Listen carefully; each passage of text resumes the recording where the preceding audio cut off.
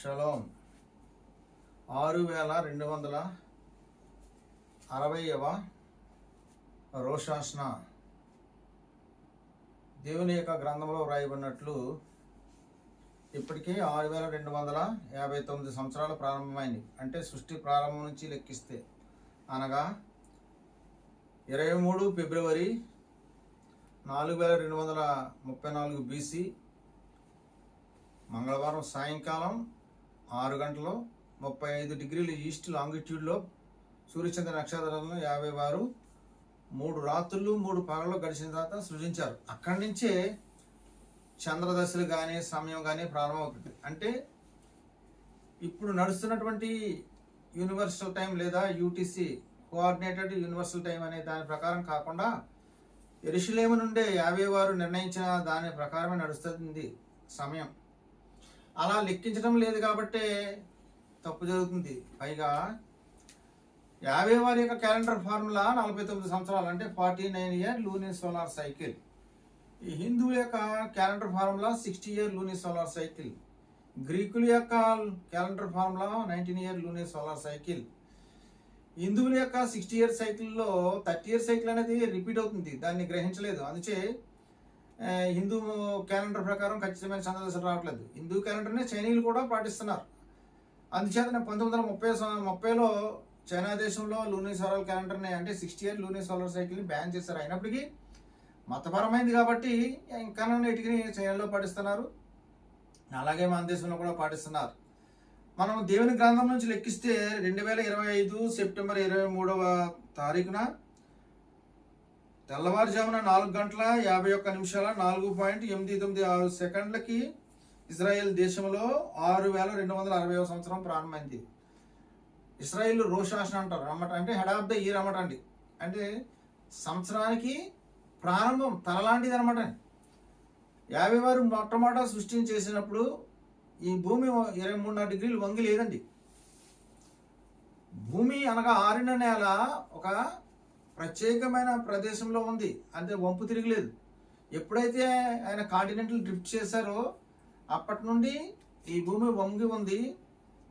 అక్కడ నుండి ఆయా దేశాలకి ఆయా రకాలుగా ఋతువులు ఆయా మాసాల్లో వస్తున్నాయి. కాంటినెంటల్ డ్రిఫ్ట్ అనేది జలప్రలయం అయిపోయిన 101 సంవత్సరానికి జరిగింది అనమాట. కనుక ఇప్పుడు నాసా ప్రకారం చూస్తే వారెలా లెక్కిస్తున్నారో టైం అంటే 2025లో సెప్టెంబరు 21వ తారీఖు 19 గంటల 54 నిమిషాలకి ఇంగ్లాండ్లో లేదా 0 డిగ్రీల లాంగిట్యూడ్లో ప్రారంభమైంది అనమాట. అంటే మనం యూనివర్సల్ టైం ప్రకారం పాటించాలంటే, అంటే ప్రపంచ ఖగోళ శాస్త్రవేత్తల ప్రకారం మనం పాటించాలనుకుంటే 21 సాయంకాలం నుంచి 22 సాయంకాలం వరకు కొత్త సంవత్సరం చేసుకోవాలి. అంటే సెప్టెంబర్ 21 నుండి 22 వరకు. అలా కాకుండా పరమ తండ్రి 50 తన గ్రంథంలో సంవత్సరాలను లెక్కించాలని సెలవిచ్చారు. 49 సంవత్సరాలు లెక్కిస్తే అందులో 606 చాంద్రమాసాలు ఉంటాయి, 17,896 దినాలు ఉంటాయి. 49 సంవత్సరాలు ఈజ్ఈక్వల్ టు 17,896 దినాలంటే మీరు 49తో భాగించేస్తే ట్రాపికల్ ఇయర్ వస్తుంది. అంటే మనకు ఋతువులు వస్తాయి. 17,896 దినాలని 606 నెలలతో భాగించేస్తే ఒక సైనోడిక్ మంత్ వస్తుంది. అంటే చంద్రదశలు ఋతువులు వస్తాయి అన్నమాట. ఇది పరమ తండ్రి గ్రంథం ప్రకారం మనం లెక్కించవలసిన విధానం. అయితే ఇప్పుడు ప్రస్తుతం ఏం చేస్తారంటే ప్రతి సంఘానికి వారి యొక్క సొంత క్యాలెండర్ ఉందండి. ఒక నెలకి 29 అని, మరొక నెలకి 30 అని తీసుకుంటున్నారు. అది ఎప్పుడు స్టాండర్డ్గా అలాగే వెళ్ళిపోతాం. కానీ ఎప్పుడు ప్రతి నెలకి 29 అంటే మొట్టమొదటి నెలకి 29 లేదా రెండో నెలకు 30 ఇలా రావండి.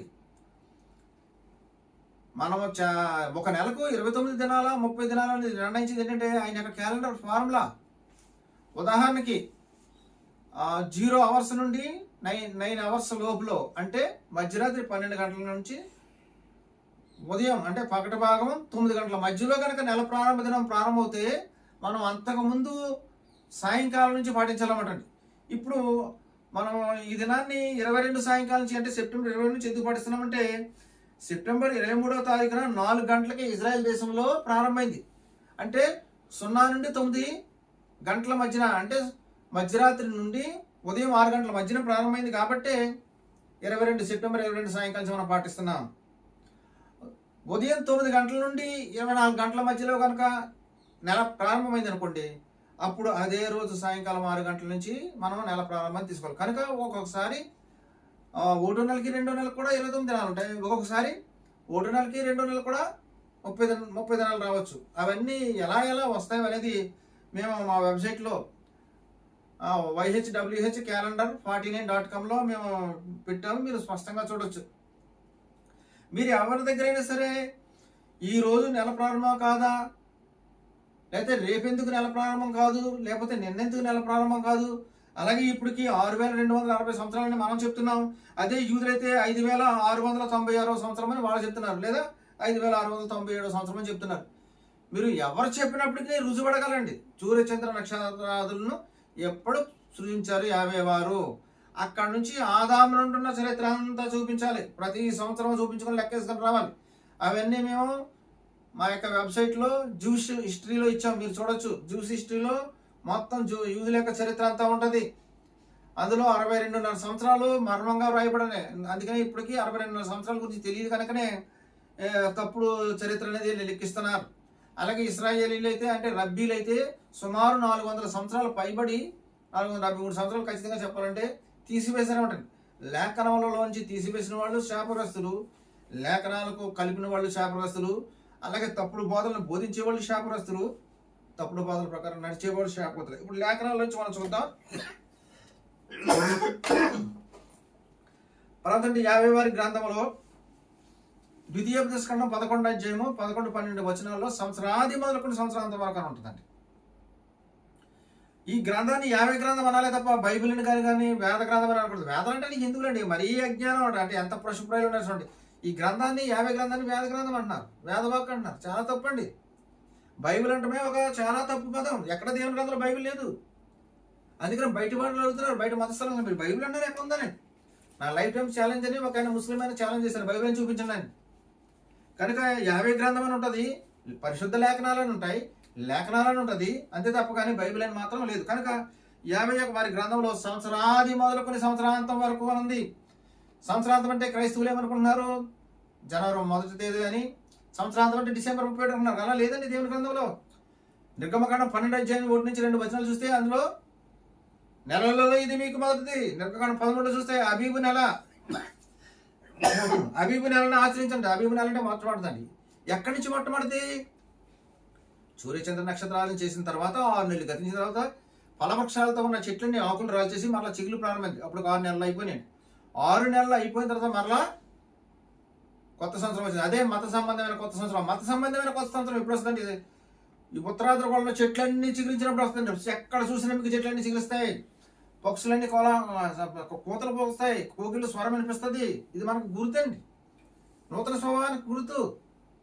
అందుకనే ఆయన మొట్టమొదటి నెలలో పస్కా పండుగ అనగా ఆయన యొక్క శరీరంలో రక్తం పాలు పొందాలు కట్టి పరిశుద్ధ జీవితం ఉండాలంటే సృష్టిని పోల్చి చూపిస్తున్నారు. ఎవరిలోనూ పాత స్వభావం కనపడదు. పాత ఆకులు అన్నీ రాలిపోవాలి, నూతన స్వభావం రావాలి. పువ్వులు మొక్కలు కాయల్లో కనపడాలి అంటే ఫలాలు మనకి నీతిమంతుడి అయితే నీతిని తెస్తారని ఉంటుంది, నీతిమంతుడు వెలుగునంతకు వస్తానంటుంది, సత్య సంబంధి నా మాట వినాలంటుంది. కనుక నీతిమంతులకు మాత్రం ఆయన పండుగ దినాలు, నీతి లేని వాళ్ళని అనగా సున్నత లేని కొట్టేమనుంది.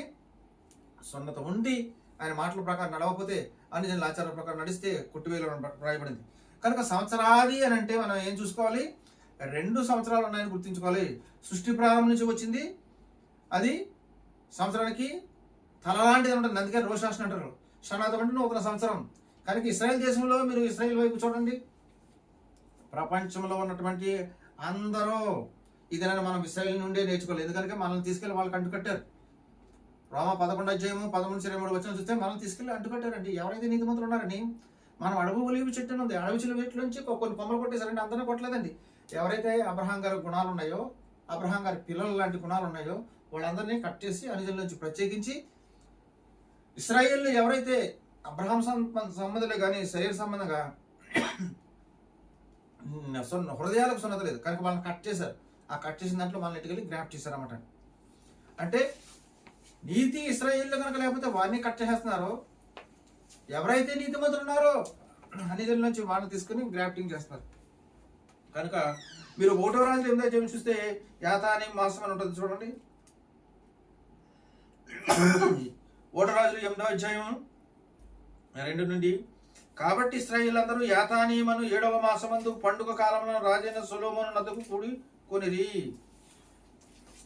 చూసారా దేవుని యొక్క లేఖనాలు అంటే 7వ మాసం అంటే ఏమనుంది? యాతానీ మాసం. 7వ మాసం అంటే జూలై కదండి, మొట్టమొదటి నెల. అదే మీరు నిర్గమకాండం 12వ అధ్యాయంలో చూస్తే అక్కడ ఏం రాయబడుతుంది? మీకు ఎంత స్పష్టంగా లేఖనాల్లో రాయబడి ఉన్నాయో చూడండి. లేఖనాల్లో రాయబడి ఉన్నా సరే లేఖనాలు మనకు అవసరం లేదనుకుని తమ ఇష్టానుసారంగా జీవిస్తున్నారు. ఇక్కడ ఏం రాయబడి ఉంటుంది? ఇక్కడ చూడండి, నిర్గమ 12:1-2 వచనంలో నెలలలో ఇది మీకు మొదటి నెల. ఇక్కడ మొదటి నెల ఉందండి.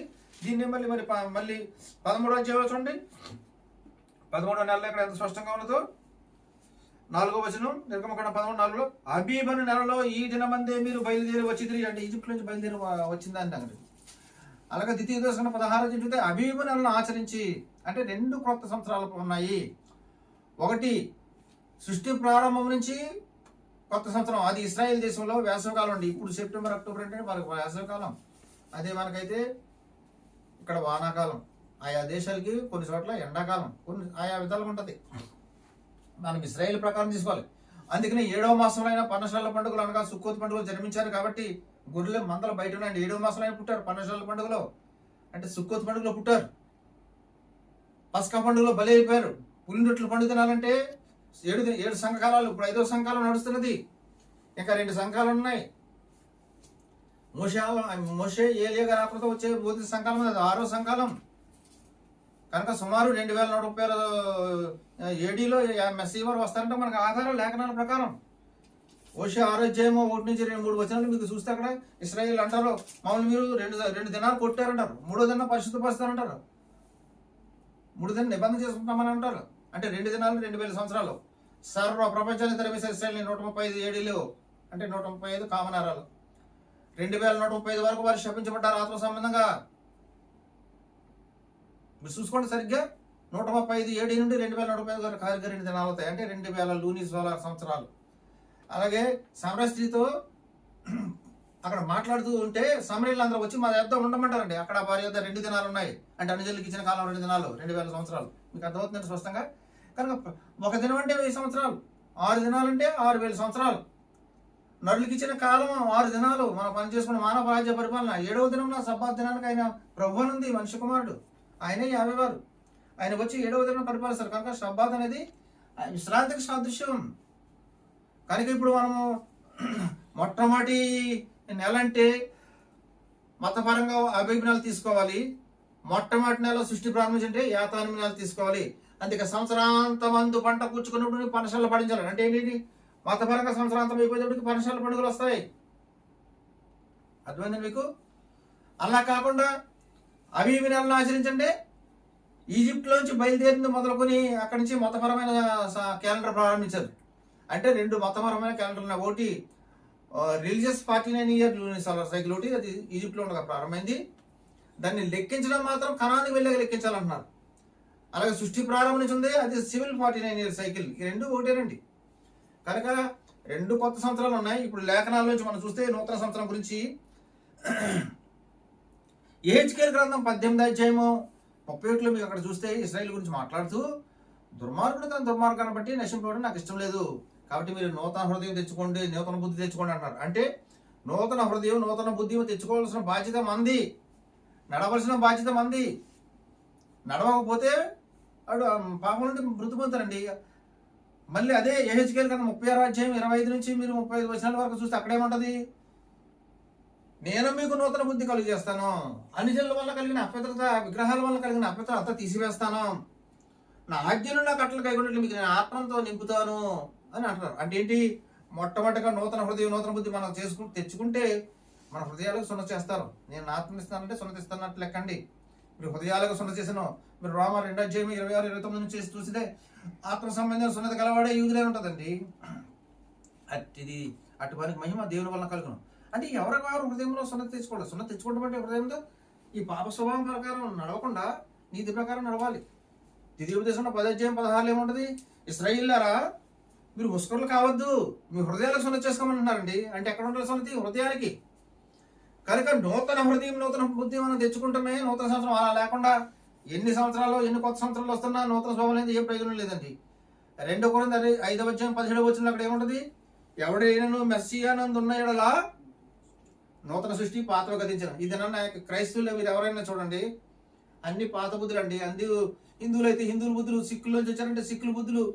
నేటికి టోపీ మారరా, టర్బాన్ మారరా సిక్కులు అయితే. పేర్లు మార్చుకోరు, రిలీజియన్ పేర్లు మార్చుకోరు, కుల దేవతల పేర్లు మార్చుకోరు, కులాచారాలు మానరు. వీళ్ళందరూ కాదండి, వీళ్ళందరూ పిలువబడ్డవారు ఆయన రాజ్యానికి హక్కుదారులు కాదు, ఏర్పరచబడిన వారే. ఈనాడు బోధకులందరూ చూడండి, ఎవరు పరంతని 50 గ్రంథాల నుంచి బోధిస్తారు. ఎన్నిసార్లు ఇశ్రాయేల్ దేశం వెళ్ళొచ్చినా వారందరూ లాభమే చూసుకుంటున్నారు తప్ప, ప్రజల్నే చూసుకుంటున్నారు తప్ప, ఇశ్రాయేలీలో ఎలా ఉన్నారు? ఏర్పాటు చేయబడిన వాళ్ళు. ఇర్మియా గ్రంథం 31 నుండి 33 వచనాలు మీరు చూస్తే అక్కడ ఏమన్నది? ఆ యొక్క 12 గోత్రాల్లో ఉన్న వారిని, అనగా ఇశ్రాయేల్ ఇంటి వారు, యోధా ఇంటి వారు, ఈ 2 గోత్రాల వారితోనే ఆయన నిబంధన చేశారండి. అందులో ఏర్పాటు చేయబడిన ఇశ్రాయేల్ వారితోనూ మనం తీసుకెళ్ళి వారికి అంటుకట్టారు. మనకేమో నిబంధన లేని ప్రజలు అని ఉంటుంది. పౌలు గారు రాసిన పత్రికలన్నీ మీరు చూస్తే నిబంధన లేని ప్రజలు అంటే నిజాలండి, మనల్ని తీసుకెళ్లి వారిలో కంటుకట్టారు. కనుక ప్రతి వాణిలోనూ నూతన సృష్టి, నూతన హృదయం, నూతన బుద్ధి కనపడాలండి. ఎవడైనా మెస్ అయినదంటే నూతన సృష్టి పాత కనపడిందంటే వాళ్ళు శపించబడిన వారు. గల్తీలు రాసిన పత్రిక 1:6-10 వచనాలు మీకు చూస్తే, మేము బోధించిన బోధ ప్రకారం కాకుండా ఎవడైనా సరే మరో బోధ బోధిస్తే వాడు శాపగ్రస్తుడు కాకంటున్నారండి. శాపగ్రస్తుని వెంబడించిన వాడు శాపగ్రస్తుడు అవ్వకపోతే నీతిమంతుడు అవుతాడండి. ఏం బోధించుకుంటే మాకు అనవసరం, చర్చికి ఏసీ ఉందా లేదా, వాళ్ళ కార్లు ఉన్నాయా లేదా, మేళలు ఉన్నాయా లేదా, భోజనాలు పెడతారా లేదా అని చూసుకుంటున్నారండి ఈనాటి విశ్వాసులు. వాళ్ళ దేవుని సంబంధం ఏం కాదు, వాళ్ళ మిశ్రిత జనసమూహం. ఇశ్రాయేల్ ప్రాంతంలో ఈజిప్ట్ నుంచి బయలుదేరుతుంటే అనేకులైన మనుషులైన మిశ్రిత జనసమూహం ప్రమాణించిందంటే ఆయా కులాల, ఆయా మతాల వాళ్ళు. అలాగే దినాన్ని క్రైస్తవులు అనేక మతాల వాళ్ళు ఉన్నారు. ఇశ్రాయేల్కి వారికి అంటుకట్టిన వారు కాదండి, అన్ని జనుల నుంచి అంటుకట్టబడ్డారు. ఆ దినాల్లో అబ్రహాం గారు డబ్బులెట్టి బానిసను కొనుక్కున్నవారు. వాళ్ళు అబ్రహాం గారు మాట వినే ప్రజలండి వాళ్ళు. ఈ గ్రంథం పట్టుకుంటున్నారు, మేము ఇశ్రాయేల్ వెళ్ళి నడుస్తున్నాం, మేము క్రైస్తవులు మీదులు వెళ్ళి నడుస్తున్నాం అని చెప్తున్నారు. కానీ ఎవరైనా నడిచే వాళ్ళు ఉన్నారు ఈ దినాన్ని? మనం ఇశ్రాయేల్ వెళ్ళి నడుస్తున్నాం మీద అక్కడ చూడాలి. ఇశ్రాయేల్ కూడా చాలా నకిలీ బోధకులు ఉన్నారండి. ఇశ్రాయేల్లో దొంగ రబ్బీలు ఉన్నారు, ఇజ్రాయేల్ సత్యాన్ని బోధించే వాళ్ళు ఉన్నారు, ఇజ్రాయేల్ కల్తీ బోధించే వాళ్ళు ఉన్నారు. కనుక మనం బోధించేది గ్రంథంలో ఉన్నదా లేదా మనం చూసుకోవాలి. నూతన స్వభావం, నూతన బుద్ధి ప్రతి వాళ్ళలోనూ కనపడాలంటే ఆ స్వభావం లేకపోతే ఏమీ ప్రయోజనం లేదు. కనుక నూతన స్వభావం అంటే మనకు అన్ని ఆచారం కాబట్టి మీరు చూడండి, మనుషులు చూడండి ఎన్ని సంవత్సరాలు గతించినా. ఇప్పుడు చాలా ఉన్నతమైన టెక్నాలజికల్ దినాల్లో మనం జీవిస్తున్నాం, రోడ్డు టెక్నాలజీలో మనం జీవిస్తున్నాం. ఇప్పుడు ఏఐ వచ్చేసింది, ఆర్టిఫిషియల్ ఇంటెలిజెన్సీ. ఎంత జ్ఞానంతో ఉన్నారండి ప్రతి వాళ్ళను. ఇక్కడ ఉన్నటువంటి మౌస్తో ఎక్కడో ఉన్నటువంటి చంద్రమండలం దగ్గర ఉన్న అక్కడ ఉన్న శాటిలైట్ని కంట్రోల్ చేస్తున్నారు. ఇంత గొప్ప జ్ఞానం ఉన్న దినాల్లో ఈ దినాన్ని 49 సంవత్సరాలు లెక్కించడం కష్టమా? చాలా సింపుల్. ఇవన్నీ మేము వెబ్సైట్లో పెట్టాం, మీరు చూడండి. www.yhwhcalendar49.com మీకు వెళ్తే అందరూ మీకు అన్ని కనపడతాయి. అలాగే అపోస్టలిక్ ఫౌండేషన్.com వెళ్తే మీకు అక్కడ తెలుగులో కనపడతాయి అంటే. మా వెబ్సైట్ని దర్శించి మీరు సత్యం నేర్చుకోండి. మేము సత్య సంబంధం లేఖనాలను పరిశీలించి మేము నడిచే ప్రజలం. ఈ యొక్క కొత్త సంవత్సరం కూడా కొంతమంది 27 సాయంకాలం నుంచి చేశారు, కొంతమంది 22 సాయంకాలం చేశారు, మరి కొంతమంది 23 సాయంకాలం కూడా చేయబోతున్నారు. కనుక తప్పుడు బోధల ప్రకారం మీరు చేస్తే మీరు ఆయన రాజ్యానికి వెళ్ళలేరు. మిమ్మల్ని మీరు మోసగించుకోవద్దు. కనుక సమస్తాన్ని పరిశీలించండి. 1వ దశలోక 5:21 వచనం చూస్తే సమస్తాన్ని పరిశీలించి మేలైన బోధన విమర్శించాలంటే మీరు అలా చేస్తున్నారా? అపోస్తలుల 17:10-12 వచనాలు చూస్తే అపోస్తలు చెప్పిన బోధలే లేఖనాల ప్రకారం అలా ఉన్నాయా లేదని లేఖనాలు పరిశీలించారండి. మీరు పరిశీలన చేస్తున్నారా? అసలు మీరు ఏర్పరచబడిన వారా, మీరు పిలువబడిన వారా? ఆలోచన చేసుకోండి. కనుక ఈ నూతన సంవత్సరంలో మనకి సెప్టెంబర్ 22 సాయంకాలం 23 సాయంకాలం వరకు చేసింది కొత్త సంవత్సరం. ఇది 6260 సంవత్సరం. మీరు ఎవరైనా సరే మీరు రుజువు అడగండి. వాళ్ళు చెప్పే సంవత్సరానికి మేము చెప్పేదానికి ప్రతిదానికి రుజువు ఇస్తున్నాం. ఒకవేళ మేము చెప్పేది తప్పని చెప్పండి, మీ నుండి మేము నేర్చుకుంటాం. మాకు బయలుపరచబండి, మీకు తెలియజేస్తున్నాం. మీకు ఏమైనా బయలుపరచబడితే మాకు రుజువు చేయండి. లేఖనాల ప్రకారం అవి రుజువు అయితే మేము వెంబడిస్తాం. తర్వాత నీ మాటలు దీవించును గాక. ఆమేన్. షలోమ్.